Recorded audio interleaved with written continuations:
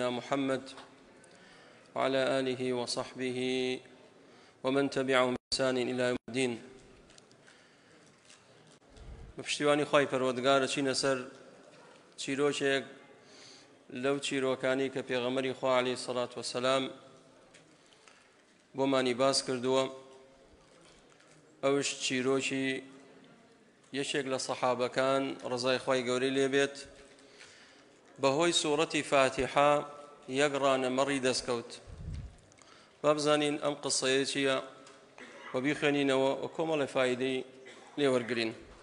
أبو سعيد خدري رضي الله عنه دفرمي حديث كلا صحيح بخاري دفرمي انطلق نفر من أصحاب النبي صلى الله عليه وسلم في سفرة سافروها حتى نزلوا على حي من أحياء العرب فاستضافوهم فأبوا أن يضيفوهم فلدغ سيد ذلك الحي. كومالك لا هاوڵە خۆشەویستەکانی پێغەمبەری خوا عەلەیهی سەڵات وەسەلام ڕێیان کەوتە ناوچەیەک شارێک دێک، بەڵام لە ڕێگا خواردنیان لێ بڕا. هەستان چوونە ناو دێیەکە بۆ ئەوەی هەنێ خواردنیان دەستکەوێ. داوایان کرد لە خەڵکی ئەو گوندە خەڵکی ئەو دێیە فەستەضافوهم، یعنی وتی میوان ڕاگرن، ئێمە بینە میوانی ئێوە. بەڵام ئەوان فەئەبەو، ڕەفزیان کرد بۆ وانە بێ ئەمان نەبوون بن، چونکە هەندێک جار ئینسان کە نەبوون بوو ممکنە میوانێک ڕەتکاتەوە، بەڵام کە تۆ بوو نەبیت و خەڵک ڕەفزکەیت دیارە ئەم کۆمەڵە خەڵکەی کەوا خەڵکی ئەم گوندن خەڵکەکە ڕەزیل بوون، بۆیە ڕەدیانیان کردە وتیان شتی وانە ئێمە میوان ڕاگیر ناکەین، خوا حەفیزتان بێ لەم ناوەش مەوەستن. پیان ناخۆش بوو، حەقیقەتەن ناخۆشە. کاتێک کەوتنە ڕێ دێیان بەجێهێش زۆر دوور نەکەوتنەوە. فەلودغ سەید ذلك الحي، گەورەی ئەو دێیە گەورەی ئەو شارە با بڵێن دوو پشکێ هات پێویدا. ئیتر فسعوا له بكل شيء لا ينفعه شيء فقال بعضهم لو أتيتم هؤلاء الرهط أي الجماعة الذين نزلوا لعله أن يكون عند بعضهم شيء فأتوهم. کاتێک چوون بۆ لای ئەم دکتۆر و دەوا و دەرمان زۆر هەوڵیاندا بۆ ئەوەی چارەسەری گەورەکەیان بکەن، سەیدەکەیان بکەن، بەڵام بێکەڵک بوو، بێ ئەسفادە بوو. ئێزەهرش کە چووە ناو لاشەی ئینسانەوە ئیتر هێواش هێواش تەشەناکە ئەنتیشارەکە، کە ئەنتیشاری کرد ئیتر ئەو ئینسانە وەفات ئەکات. زۆر هەوڵیاندا چارەسەری بۆ دابنن، ئیستیفادەی نەبوو. وتیان بڕۆن بۆ لای ئەو کۆمەڵە کەسەی کەوا ئێستا هاتن داوای خواردنیان کرد ببن بە میوانی ئێمە، بەشکم دەوایەکیان لابێ، عیلاجێک چارەسەرێک بۆ ئەوەی گەورەکەمان نەمرێت، سەیدەکەمان مەسوولەکەمان نەمرێت، بەڵکو ئینشاءڵڵا دەوایەکیان لابێت بۆی عیلاجی بکات.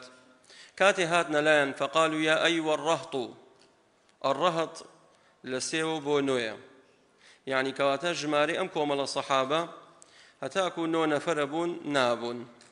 فقالوا يا أيها الرهط إن سيدنا لدغ، وتيان گەورەکەمان دوو پشک پێوی داوە. وسعينا له بكل شيء لا ينفعه فهل عند أحد منكم من شيء فقال بعضهم نعم. وتی چی دەرمانێکتان لایە، عیلاجێک چارەسەرێک، گەورەکەمان خەریکە ئەمرێت، ئەگەر شتێکتان لایە عیلاجێک چارەسەرێک بەشکم چارەسەری بکەین. یەکێک لەو هاوڵانە فەرمووی بەڵێ ئێمە دەوایەکمان لایە، ئینی لە ئەڕقی، من ڕوقیە ئەکەم. ئێمە ڕوقیە لە خوێندنەوە هاتە، یعنی تۆ ڕوقیەی شەرعیمان هەیە، ڕوقیی شرکیمانی و بیدعیمان هەیە. هەندێک ڕوقیە هەیە شەرعیە. ڕوقیی شەرعی ئەوەیە لە کتاب و لە سونەت، لە سونەتی پێغەمبەری خوا عەلەیهی سەڵات وەسەلام هەڵی چنیت و لەسەر نەخۆشێ بیخوێنیتەوە. بۆ نمونە ئاەتە خوێنتە سەریان، چونکە قورئان بەگشتی هەمووی شیفایە. ولو أنزلناه قرآنا أعجميا لقالوا لولا فصلت آياته قل أأعجمي أم عربي قل هو للذين آمنوا هدى وشفاء. قرآن شفايا. وخوي تعالى فرمي يا أيها الذين آمنوا قد جاءتكم موعظة من ربكم وشفاء لما في الصدور. قرآن شفايا. کەواتە هەم شیفای دڵە واتە دەرمانی دڵە ئەو کەسانی کەوا دائیمە دڵیان سەغڵەتە ئەو کەسانی کەوا دائیمە عەسەبین ئەو کەسانی کەوا حەقد لە دڵیانە بوغز و کینە لە دڵیانە وەرە قورئان بخوێنەوە عیلاجی چارەسەرە مە چارەسەرە بۆی دڵت نەخۆش نەکەوێ زیاتر بۆیە قل هو هدى وشفاء شفايا وشفاء لما في الصدور شفايا بۆ دڵ وشفاشە بۆ ئەبدان ئەگەر یەکێک نەخۆشکەوت ئەتوانێت عیلاج و چارەسەری خۆی بکە بە قورئان بتايبت سورة فاتحة سورة الرقية قال إني لأرقي ولكن والله لقد استضفناكم فلم تضيفونا بلام زور عيب بو إيوة إيما هاتين ببين ميواني إيوة ميوان تان راجير نكرت بويا بشرتك فما أنا براق لكم حتى تجعلوا لنا جعلا يعني بمرجك إيما رقيا خوين سرنا خوشكتان علاجي أكين ئەبێ لە بەرامبەرە بڕەپارەیەکمان بنێ یاخود بڕەشتێکمان بنێ حەق ئەوەی کەوا ئێوە میوانداری ئێمەتان نەکردووە ئەوجا ئێمە عیلاج و چارەسەریان نەکەین لێرە زانایانە فەرموون ئایا دروستە کەسێک ڕوقیە بکات بە پارە چونکە ئێستا وای لێ هاتووە کابرا وەکو دکتۆرێک عیادی داناوە عیادیشی داناوە جلیکانی ڕیز کردووە ئەم جلیکانیە نازانم بە 100,000 ئەویان بە 80,000 ئەویان بە 50,000 ئەمەیان قورئانی لەسەر خوێنراوە ئەمانە براکانم هیچی ئەسڵ و ئەساسی نییە ئەم جۆرەشتانە بازار و دوکان بە ناوەی دینەوە سەحابە دانەنوشتونە بۆ خۆیان دوکان دابنن وەرن کاکە کێ دێ بۆ لای من پۆل با بێت من قورئانە خوێنمە سەرێ و لە بەرامبەرشیان پارە وەرگرن نە ئەو جوعلە دروست نییە چونکە فەرقێ لە بین ئەجر و فەرقێ لە بین جوعل وأجر شيئا زانانا فرمون الأجر على العمل كسيك أقريد وكو كريكاريك إيشد بوكا حققية ديتيم أي جعل شيئا جعل بو النتيجة يعني أقر هاتو نخوش كمان خواهي پروردگار شفاي دا لسر دستي تو قرآن خوينا سري أو كاتئ إما جعل يكتديني اشتيك تديني مكافأة يكتكين أو جعل بويا لروايتك فرمي إن شفى الله مريضك صحابة كان فرمي أجر بيتو خواي پروردگار شفاي نخوشكتان باد سيدكتان وقوركتان أو جال برانبر إما جعلك ورقرين أو برشتد لي سنين بوي زانانا فرمون أم صحابي ابتداء نيوت إلا ببارم ديتي أو جام الرقيا خير مسري بلام روداوي قرويدا خلشي أم ديت شكر رزيل بون ویستیان کۆمەڵشتیان لێ بسەنن بۆ ئەوی جارێتر یعنی ئەو جورئەتە نەکەن کاتێک میوان ڕووی کردە شارێک دێک ماڵێک دەبێ ڕێزی لێ بگرن و حەقی میوانە کە ڕێزی لێ بگریت واجبە ڕێزی لێ بگری بەڵام ئەمان نەیان کرد لە بەرامبەرە بۆیە داوای ئەو جوعلەیان کرد داوای کرێیان کرد و داوای کۆمەڵشتیان کرد کە لە ئاخیرا بۆمان دەرەکەوێت چیان وەرگرت وتیان باشە ئێمە ڕازین کەواتە ئەوەی کە ئەمڕۆ هەیە هەر کەسە و سێرەگەی کابرا لە ماڵەوە وەرن کاکە بۆ لام ڕوقیە بخوێن و ڕوقیەتان بۆ ئەەکەم و هەنجوونی بۆ خۆی داناوە و ڕەشکەی بۆ خۆی داناوە و وەلحاصڵ بازاڕێکی گەورەی بۆ خۆی داناوە زۆرێکەی لەو مڕەقیانە ڕۆژانەی ملیۆنێکە 2 ملیۆنە ئەوجا ئەوەش لە یەک نادەنەوە خەڵکی دێ بۆ لایەن خەڵکێکەیە فەقیرە نەدارە نەبوونە سێرەکەی بەبەردەوام خەریکی پارە کۆکردنەوەیە بۆیە ئەوە دروست نییە زانایانە فەرموون بالإجماع أعمال القرب لا يجوز أخذ الأجرة عليها أعمال القرب لا يجوز أخذ الأجرة عليها دروست نية أوشتاني كوا قربوا طاعته نزقبوا نويل أخوا وكو قرآن خويندن نابي باري لسر والبقريت بويا نابي باري لسر وقري بيغمري خواه صلى الله عليه وسلم فرميه من استطاع منكم أن ينفع أخاه فليفعل هر کەسێک لە ئێوە توانای هەیە سوود بە براکەی بگەێنێت با سوودی پێ بگەێنێت ئێتو هاوڕێیەک تا کەسێک تا مسلمانێکە نەخۆشە دێتە بندەست بۆ پارەی لێ وەرەگریت بۆیە نابێ پارە وەرگریت بەو شێوەیە دروست نییە ئیلا کە مەرجت دانا لەو حاڵەتەیە دروستە بڵێ ئەگەر خوای گەورە شیفایدا ئەوە من ئەوە نەپارەمێ ئەو کاتاڵین دروستە ئەوە پێوترێ جوعل فصالحوهم وتیان هادەوە اتفاقمان کرد على قطيع من الغنم وتي هادوا خواكا ايوا قوري أم دي إما تشاككن أو إما يقرأ مرتان دينيا قطيع من الغنم للرواياتك فرمي جماري مركان دواي وريان قرد سيسر مربو سيسر مريدا بيان چونك خواهي پروردگار شفاي سيدة كياني دا فرمي فانطلق يتفل عليه ويقرأ الحمد لله رب العالمين أم صحابة يقرأ يعني يتكرر القراءة ببردوام سورة فاتحة خوينة تسريا لقليا أو تفيك سورة فاتحة ياخد ينفث نفث أويك لقليا يعني قرآنك خوينة هني ورد تفشي لقلا ديت دروا بو بيت الشفاء شوك بركتي أو قرآنا بقد أو تفوي بدا لو نخوشي إن شاء الله بيت الشفاء ببردوام لهندي الروايات هاتوا فرمي حوجار دوباري كردو حوجار سورة الفاتحة دوباره كردو سري سورة فاتحة برا كانم كومل ناوي هي يشك لنا وكاني الرقية في غمر إخوة صلى الله عليه وسلم ناوي لا نفرمده فرمي وما يدريك إنها رقية أو شون الزانية أو الرقية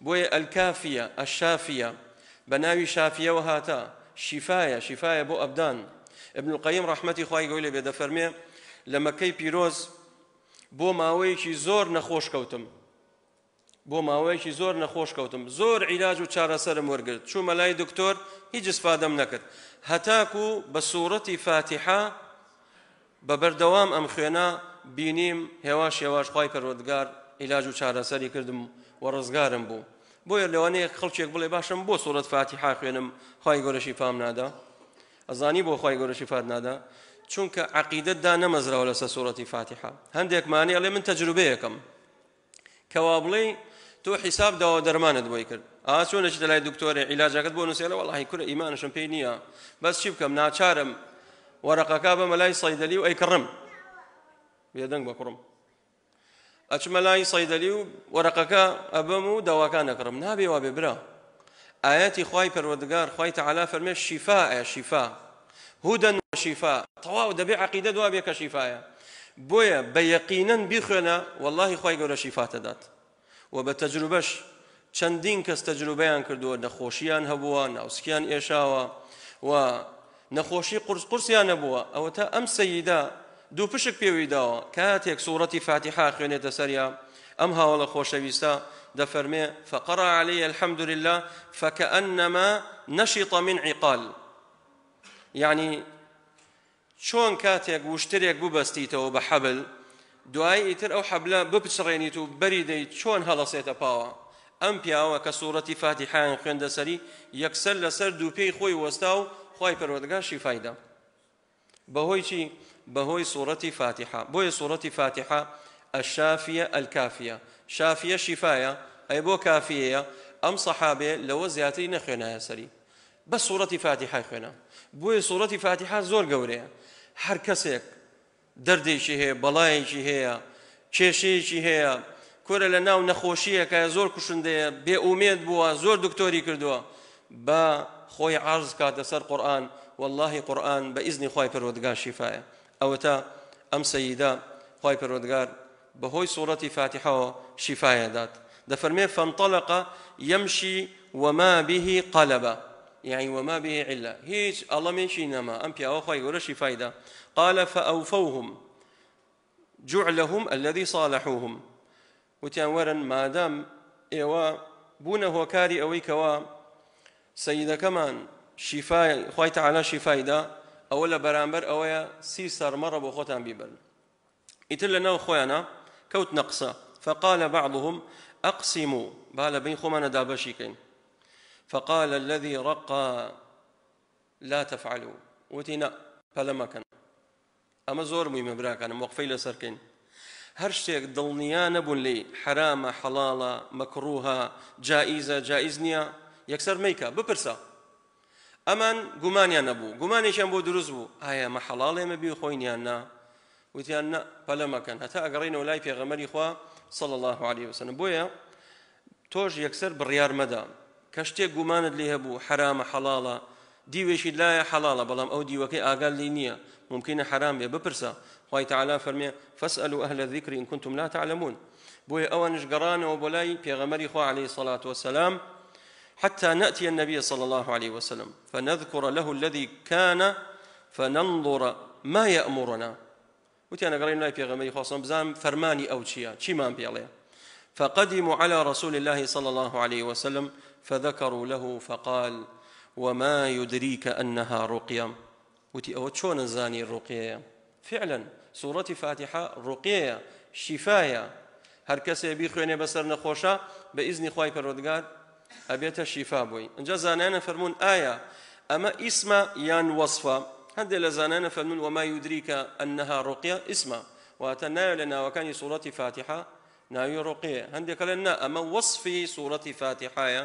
بەرحاڵ قولی ڕاجح والله أعلم رقية چکە پێغەمبەری خوا عليه الصلاة والسلام إقراری کرد فەرمووی وما يدريك أنها رقية.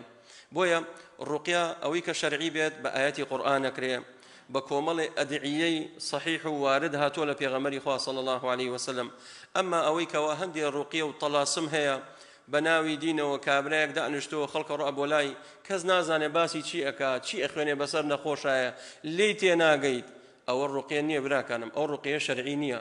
ڕوقیە دەبێت ڕون و ئاشکرا بێ دەبێت ئاەتی قورئان دەبێت کۆمەڵی دوعا بێت کە گوێت لێ بێت تێبگەی لێ. ئەمما کۆمەڵێ تەمتەمە و لە بن دەمەوە قساکە لی تێناگەی ئەوە بەڵگەی لەسەر ئەوەی ئەو کەسەی کەوا ڕوقیاکات ئیلا کەسێکە کاهینە فاڵچیە ساحیرە جادوکەرە بۆیە بۆ لای ئەو کەسانە مڕۆن. و پێویستش ناکە لێرەوە ئەیڵێن براکانم بە تایبەت بابەتی ڕوقیا پێویست ناکە بڕۆن بۆ لای مڕاقیەکان. یعنی ڕووی دەممان لە پیاوانەکەین و ڕووی دەممانش لە ئافرەتان شەکەین بەڕاستی. ئافرەتان زۆر جیرۆدەی ئەم بابەتە بوونە. چی پێویستە کاچن بۆ لای پیاوێک لە بن دەست پیاوێک دانیشن وەڵا ڕوقیە مەکات؟ ئەمە خەتەرە بەڕاستی. ئەو تا سوورەتی فاتحە هەمومان لە بەرمانە پێویست ناکە بۆ لای کەس بڕۆین. بۆ خۆم دائەنشم سوورەتی فاتحە لەسەر خۆمە خوێنم. دەست ژانەکە ئاوا دەست نەبانی چۆت ژانەکە زگر ژانەکە دەست نەبانی سوورەتی فاتحە بخوێنە. ئەنجا چی ئیجابەکات ئافرەتێ بچێتە لای پیاوێک بە تایبەت ئافرەتی جوان و جاهێڵ بێت و لە بن دەست پیاوێکە و پاڵێ خات و بەتانیە دەنە سەریا و نازانم چی و کۆمەڵە پیاو دێتە سەریا ئەمە دروست نییە. ئەمە بۆیە ئاگادار بن نە خێزانتان نە خوشکتان نە کەستان مەنێرن بۆ لای مڕەقی کەستان مەنێرن. واللهی دوو فیتنەی گەورە ڕوو لەو کەساناکە کەوا خەریکی ڕوقیەکردنن. یەک فیتنەی پارە دوو فیتنەی ئافرەت. چونکە ئێستا وای لێ هاتوو بە ناوەی دینەوە بازاڕ و دوکانە پارە پەیاکردنە و ئەوجا ئەم پیاوەش کاکە ئەمش گۆشت و خوێنە ئافرەتێک دێتە بندەسی جار وایە تاکە بێتەوە کارەساتی گەورە گەورە ڕووی داوە. خۆی مە ناکری هەموو شتێ لێرە باسکەین. واللهی شتی وا گەورە گەورە ڕووی داوە لە نەتیجەی چییە؟ لە نەتیجەی اختلاطەوە. ئەم پیاوەڵێ من ڕوقیەکەم ئافرەت دێتە بندەسی لەو لاوە بۆ خۆی کاتێک ئاگادار نەوسێرەکەن ئەهۆمە تووشی غەڕامیات و عەشق و غەڕامیات بوون. ئەمە کەواتە ئیشەکە خەتەرە پێویست ناکە بۆ لای کەس بڕۆن. ئەوە تا سەحابە کەس نەیوتوە هەر کەس بێ بۆ لای من ڕوقیەتان ناکەم. نە هەر کەس بۆ خۆی ڕوقی خۆی بکات نەخۆش دێ ڕوقی بکە پێویست ناکە بۆ لای کەسێکی تایبەت بیبین. و هیچ وارد نەبووە لە هیچ سەحابەیەک بۆ خۆی دابنشێ لە ماڵ و خەڵک پۆل پۆل بێ بۆ لای ڕوقی بکات. شتی وا نەبووە. ئەوە تا ئەم سەحابەیەک جامەی کردو دوایی نەچووە دابنشێ وەرن بۆ لای من سوورەتی فاتحە خوێنمە سەرتان وەرن ئەوەنە پارەم دەنێ دەی جلیکانی ڕیزکەن دەی نازانم زەیتی زەیتون ئەم شتانە نەبووە. بۆی ئاگادار بن با بەو شتانە هەڵ نەخەڵەتین. فقال وما يدريك إنها رقية يعني أنها رقية ثم قال قد أصبتم. پێغەمبەری خوا صلى الله عليه وسلم فەرمووی ئەی دەستان خۆش بێت بەڕاستی شتێ باشتان کرد. أقسموا لبين خوتانا دابشكا واضربوا لي معكم سهما. فضحك النبي صلى الله عليه وسلم. فرمووی دەستان خۆش بێت لە ناویەکە ئەو سیمەڕە دابشکەن و بەشی من تانش لەبیر نەچێ. مەبەستی چییە پێغەمبەری خوا صلى الله عليه وسلم؟ یعنی مەبەستی ئەو بوو صلى الله عليه وسلم بۆ ئەوی دڵنیایان کاتەوە. چۆن ئێستا کەسێک دێ پرسیار لە منەکە مامۆستا ئەو شتە حرامە یان حەڵاڵە؟ من پێڵێم حەڵاڵە. ئەوش تۆزێ وەستێتەوە حەڵاڵە ئەڵێم بەڵێ حەزەکەی بێنە ئەی خۆم حەزەکەی بێنە ئەی خۆم بۆ ئەوی دڵنیابی کە حەڵاڵە. پێغەمبەری خوا عليه الصلاة والسلام فەرمووی دەستان خۆش بێ لە ناویەکە دابەشیکەن واضربوا لي بها سهما و بەشێکش بدەنە من لە پێش چاوتانشەی خۆم و زۆر ئاساییە و یعنی حەڵاڵ و زوڵاڵە یاخوا عافیەتان بێ. پێغەمبەری خوا عليه الصلاة والسلام دەستی کرد بە پێخەنین بأبي هو وأمي صلى الله عليه وسلم. داواکەم لە خوای پەروەردگار بە ناوجوانەکانی و بە صیفاتە بەرزەکانی رحممان لێکە و ئەخیری هەموو لایەکمان خێرکە. والحمد لله رب العالمين وصلى الله وسلم على رسوله الأمين وعلى آله وصحابته أجمعين. بارك الله فيكم.